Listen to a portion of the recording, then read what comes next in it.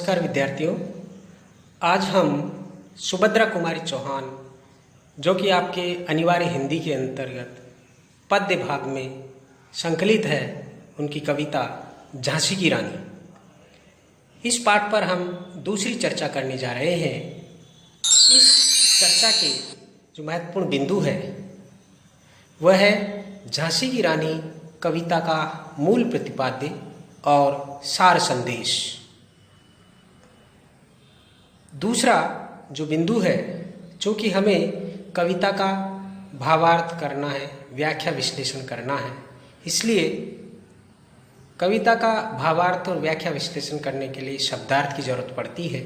इसलिए हम इस कविता का हर पद के साथ शब्दों का अर्थ भी जानेंगे और जो अंतिम बिंदु है वह व्याख्या विश्लेषण से संबंधित होगा, तो हम इसकी व्याख्या करेंगे।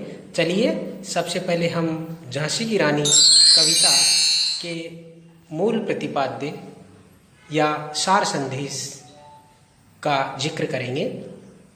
हिंदी की राष्ट्रीय भावना से ओतप्रोत ओजस्वी कविताओं में सुभद्रा कुमारी चौहान की झांसी की रानी कविता विशिष्ट स्थान की अधिकारिणी है। प्रस्तुत कविता स्वतंत्रता संग्राम के समय लोगों का कंठहार बनकर अंग्रेजों द्वारा प्रतिबंधित हुई। कहने का तात्पर्य कि इस कविता में जनजागरण की जो ताकत है, जनजागरण की जो शक्ति है और राष्ट्रीय चेतना को उद्वेलित करने की जो शक्ति है, उससे अंग्रेज भी घबरा गए और उन्होंने इस कविता के प्रकाशन पर प्रतिबंध लगा दिया था। इस कविता में कवयित्री ने ओजपूर्ण शैली में रानी लक्ष्मीबाई की वीर गाथा और जीवन परिचय का वर्णन करते हुए भारतवासियों के हृदय में स्वाधीनता व आत्मोत्सर्ग की भावना का उत्कट रूप प्रदान किया है। या कि इस शौर्य गाथा के माध्यम से, जीवन परिचय के माध्यम से भारतीय जनता के अंदर, स्वाधीनता सेनानियों के अंदर स्वाधीनता की, स्वतंत्रता की चेतना जगाई और देश के प्रति आत्मोत्सर्ग की भावना पैदा करने का काम किया। यह कविता जहां एक ओर भारत के प्रथम स्वाधीनता संग्राम में अंग्रेजों की कूटनीति और साम्राज्यवादी नीति के निर्मम स्वरूप को उद्घाटित करती है कि किस प्रकार से अंग्रेज शासकों ने, अंग्रेज जो शासक थे, अंग्रेज जो व्यापारी बनकर आए थे, किस प्रकार से एक एक करके सारी रियासतों को लूट लिया था। तो उनकी उस साम्राज्यवादी नीति का उद्घाटन करती है, उसके निर्मम और अत्याचारी स्वरूप का उद्घाटन करती है। वहीं इस क्रांति में झांसी की रानी लक्ष्मीबाई की शौर्य गाथा को विविध रूपों में ऊर्जास्वित भाव के साथ व्यक्त करती है। भारत में 1857 की क्रांति भले ही असफल रही हो, पर भारत में एक नई चेतना, एकता और परिवर्तन का बीजारोपण कर गई, जो विविध आंदोलनों और बलिदानों से होती हुई 1947 की भारत की आज़ादी के साथ परिणत हुई।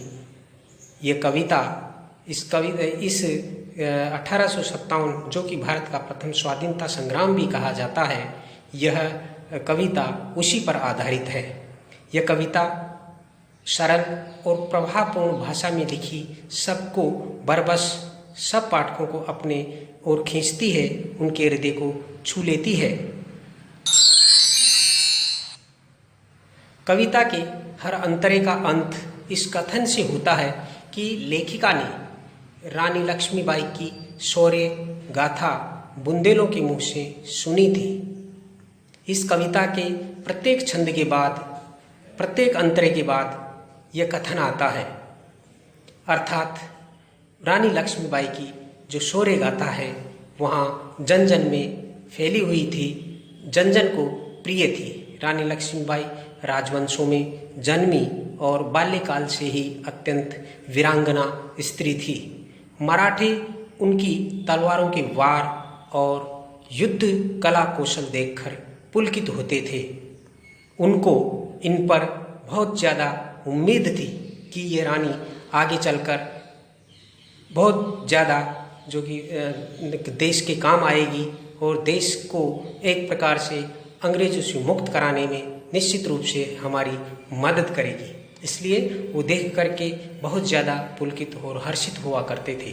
नकली युद्ध रचना, व्यूह रचना, सैन्य घेरना, दुर्ग तोड़ना, बर्छी, कृपाण, ढाल, कटारी आदि उसके बचपन के खेल के सबसे महत्वपूर्ण हिस्से थे। दूसरे खेलों में उनकी रुचि नहीं लगती थी, लेकिन इस प्रकार के चीज़ें उनके खेल में शामिल थी। वह शिवाजी जैसे मातृभूमि के वीर सपूतों की उपासक थी। अल्पायु में ही विवाह करके वे झांसी आ गई, परंतु राणा के निसंतान मरण से वे शोकाकुल हो गई। परंतु दूसरी ओर अंग्रेज डलहौजी बहुत प्रसन्न हुआ।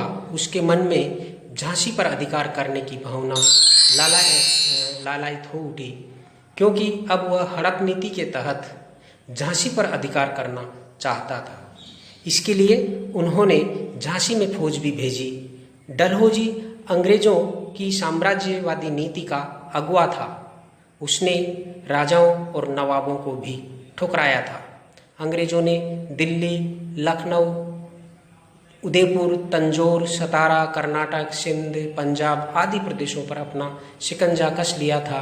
लेखिका स्वतंत्रता संग्राम के दूसरे रणवीरों को स्मरण और राजघरानों की अवस्था तथा बलिदानों का विवरण भी प्रस्तुत करती है। 1857 की लड़ाई में भारत के सभी राजवंशों ने एक होकर अंग्रेजों से लड़ने का फैसला किया था। अंग्रेजों को भारत में व्यापार करने भारत में व्यापार करने आए थे, धीरे धीरे उन्होंने देश के कई हिस्सों पर अधिकार कर लिया था।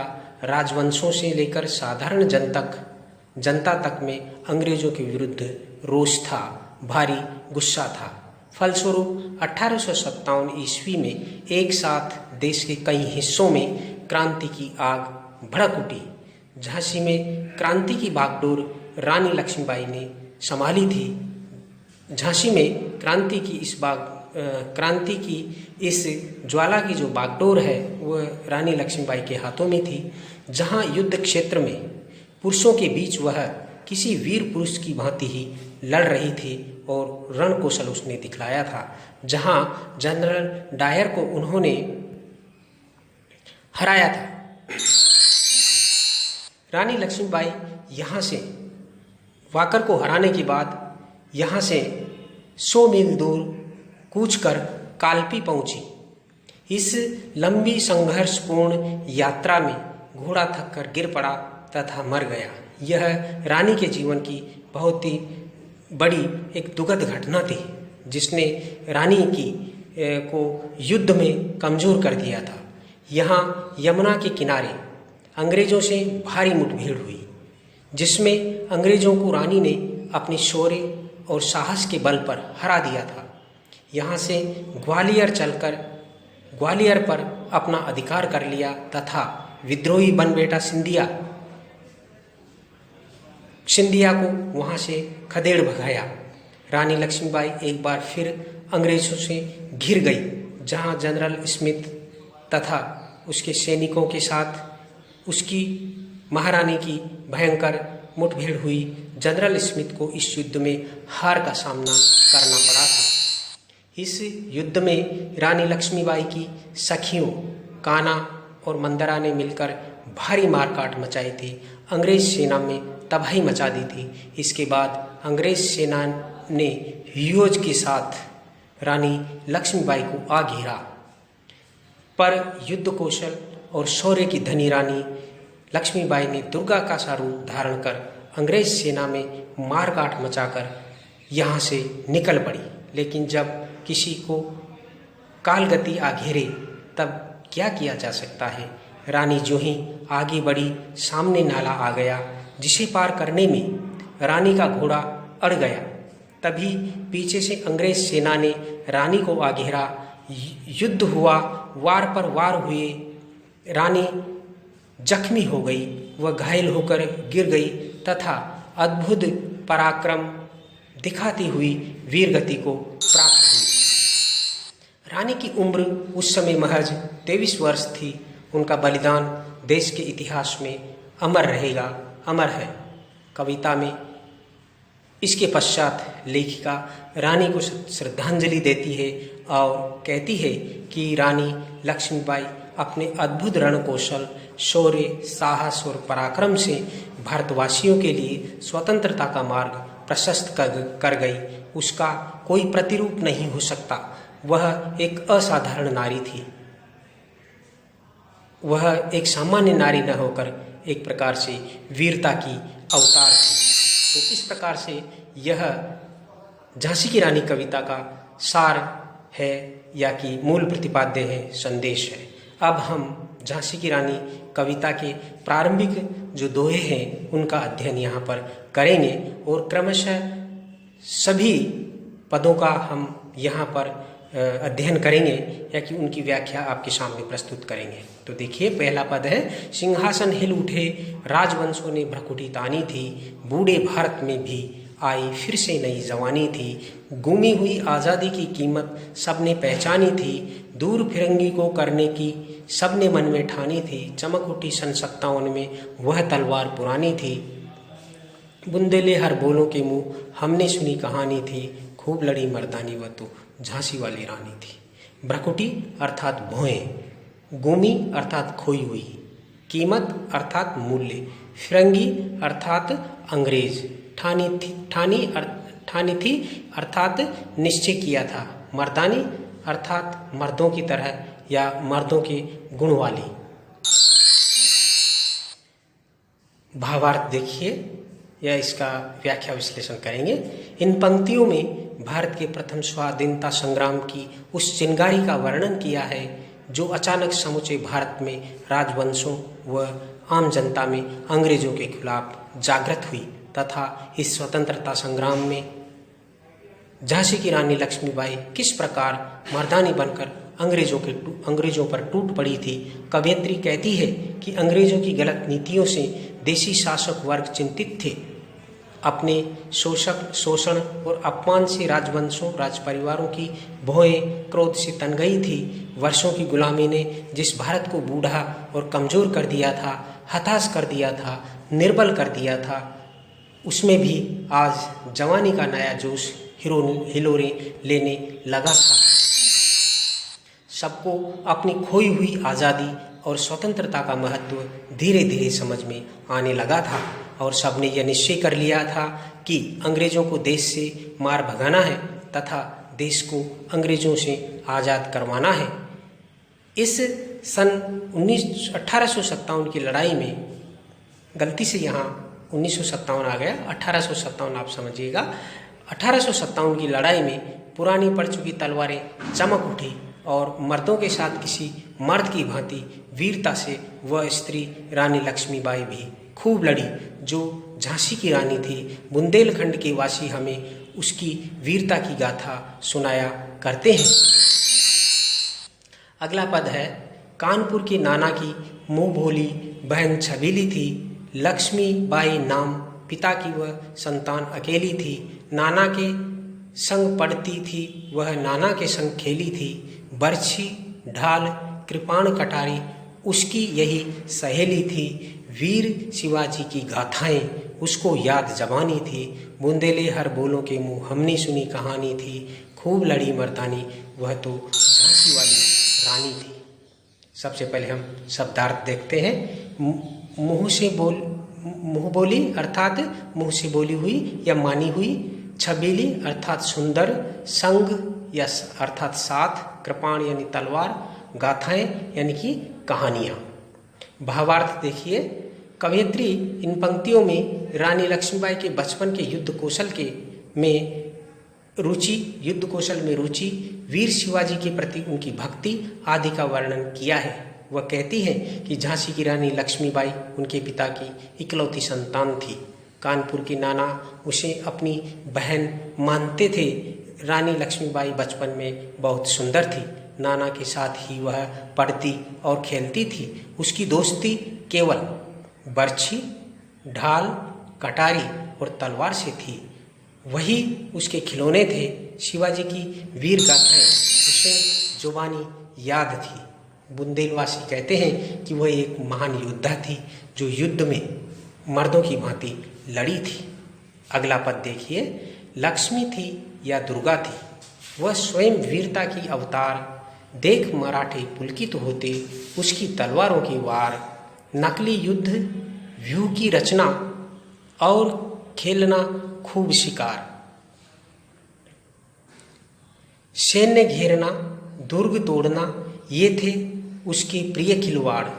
महाराष्ट्र कुलदेवी उसकी भी आराध्य भवानी थी। बुंदेले हर बोलों के मुँह, हमने सुनी कहानी थी। खूब लड़ी मर्दानी, वह तो झांसी वाली रानी थी। शब्दार्थ देखिए, अवतार यानी जन्म, पुलकित यानी खुश या रोमांचित होना, खुश होना या रोमांचित होना। व्यूह रचना, युद्ध में दुश्मन को घेरने की जो कला होती है उसे व्यूह रचना कहते हैं। सैन्य अर्थात सेना, दुर्ग अर्थात किला, खिलवाड़ अर्थात खेलना। आराध्य, जिसकी आराधना की जाए उसे आराध्य कहते हैं। भवानी अर्थात दुर्गा, भवानी का अर्थ होता है दुर्गा। अब हम इसके भावार्थ, इन पदों का भावार्थ जानेंगे कि इनका भावार्थ क्या है। व्याख्या विश्लेषण इसके हम करेंगे। कवयित्री सुभद्रा कुमारी चौहान रानी लक्ष्मीबाई की कवयित्री सुभद्रा कुमारी चौहान रानी लक्ष्मीबाई की जन्मजात वीर तथा वीरता के अनुकूल बचपन में जो कर्तव्य थे उनका वर्णन करते हुए कहती है कि यह कहना मुश्किल है कि रानी लक्ष्मीबाई लक्ष्मी थी या दुर्गा थी, या स्वयं वीरता के ने उसके रूप में जन्म लिया था, अवतार लिया था।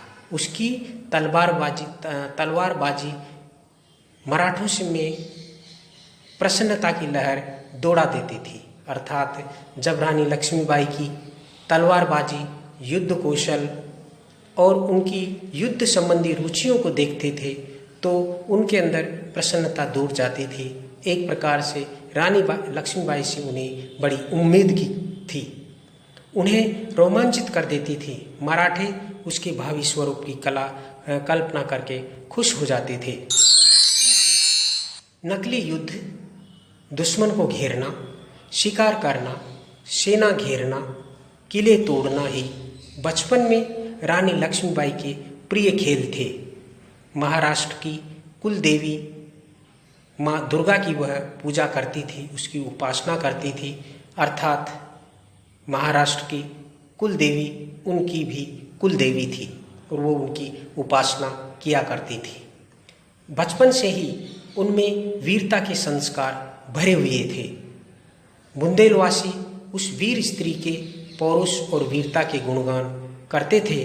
अर्थात कवयित्री कहती है कि बुंदेलवासी, हर बुंदेलवासी के मुंह से मैंने स्वयं रानी लक्ष्मीबाई की वीर गाथाएं, वीरता की गाथाएं सुनी थी, जिसे हमने स्वयं सुनी थी, वहाँ के लोग सुनाया करते थे।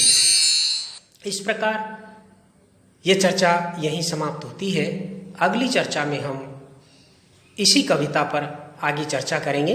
इसके जो शेष पद है उनकी व्याख्या और विश्लेषण करेंगे। आप याद करते रहिए। धन्यवाद।